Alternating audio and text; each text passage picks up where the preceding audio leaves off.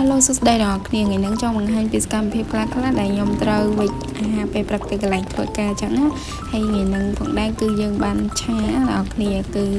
ខ្ញុំមកធ្វើការចិត្តបន្លែរបស់យើងបងខ្ញុំមានជាមួយនឹងកូតបារាំងមានជាមួយនឹងសត្វហើយនឹងពេញប៉ោះអីចឹងបងហើយខ្ញុំចិត្តបន្លែទុកពីល្ងាចទៅសំណុកពេលព្រលឹមឡើងយើងងើបពីគេងមកឆាតែហ្មងបងដោយសារតែពេលវេលាពេលព្រឹកគឺតិចមែនតែនចឹងហើយយើងត្រូវរៀបចំបន្លែទុកឲ្យហើយពីល្ងាចមានពេញប៉ោះអីហ្នឹងយើងចិត្តមកបងចិត្តអញ្ចឹងមកបន្ទាប់មកខ្ញុំក៏មានជាមួយនឹងសាច់ជ្រូកដូចគ្នាសម្រាប់សាច់ជ្រូកវិញខ្ញុំចិត្តហើយខ្ញុំដាក់ផ្លាសេទុកចឹងបង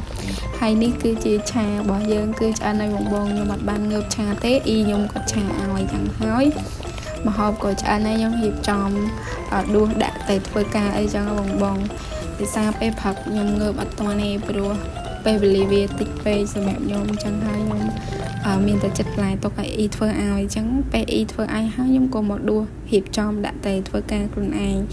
យើងមិនត្រឹមតែរៀបចំចឹងទេយើងញ៉ាំផងដាក់ទៅធ្វើការផងពេលផឹកអីចឹងបងចំណេញលុយហើយបានសុខភាពល្អទេរណាបានបាយបាយបង